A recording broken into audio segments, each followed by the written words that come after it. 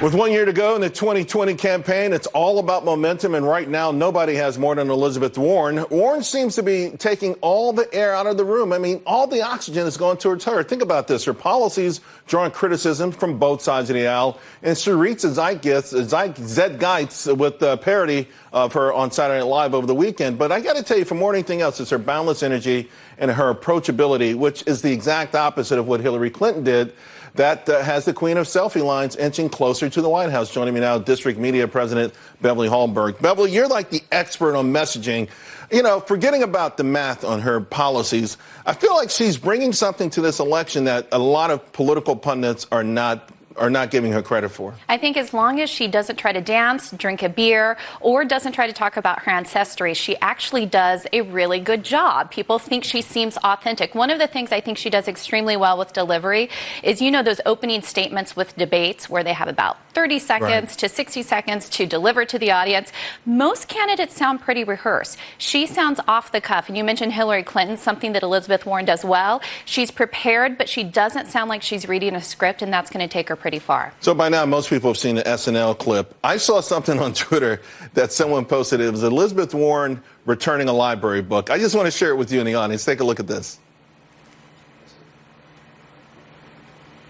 All right, so you see she's there. She bolts over there. She enthusiastically returns a library book. And then, look, she's waving at the crowd, and she takes a photo of herself, of course. You know, I mean, I think this is what's resonating with people out there. And the average person out there doesn't care if this Medicare for All thing costs $50 trillion or not. They just kind of believe she's right, that the system is unfair, and maybe she'll fix it. Well, this is the problem when you have such large numbers. When you are throwing around trillions like you are, it's hard for people to even grasp what that means. I think where she is resonating is, especially on the Democratic side, they do want universal health care. I don't think their math adds up. We're going to have to get into the details with whomever wins and goes against Donald Trump. But I think that there is this aspect of Elizabeth Warren where she has been there a long time. She's been a senator. She's somebody who's enthusiastic, and I think going against Bernie, who has some health concerns, and Biden, who has some gaffe concerns, I think she's coming across as stronger. I'm going to play real quick the SNL part, because that's exactly what they talked about. These numbers are so large, it's sort of like, who cares? Let's take a look.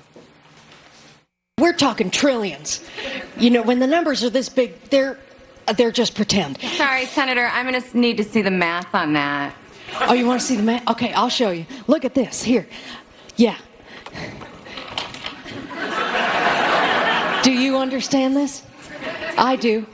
I could explain it to you, but you'd die.